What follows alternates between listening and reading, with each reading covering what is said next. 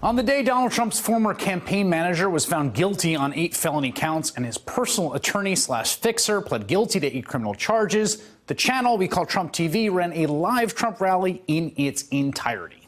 Tammy, tell me what you thought of the president's remarks in light of everything that's happened today in the news. Well, he was on his game, frankly, more than I've even seen him. He clearly loves what he's doing still. This is an unflappable man. Crushing it.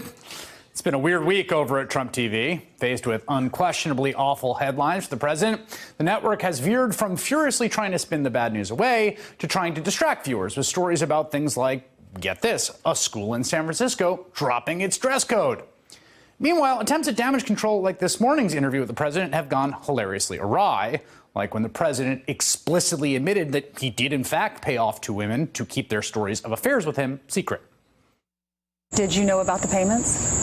Later on, I knew. They weren't taken out of campaign finance. That's a big thing. That's a much bigger thing. Did they come out of the campaign? They didn't come out of the campaign. They came from me. That's him corroborating what Michael Cohen basically said in federal court about the crime.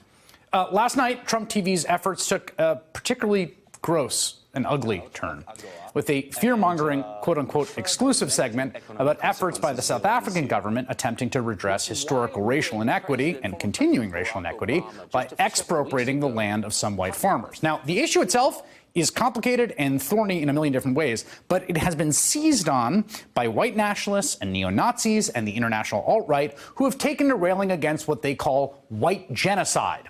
And yesterday, their message about white genocide traveled from white nationalists and white supremacists to Alex Jones, who hysterically warned of whites being wiped out in Africa, to, you'll never guess where, Trump TV, where the network's fear-mongering coverage was being watched by the president, who tweeted about what he claimed was the large-scale killing of South African farmers. It was the first time Trump had tweeted the word Africa as president, and it promptly earned praise from none other than David Duke.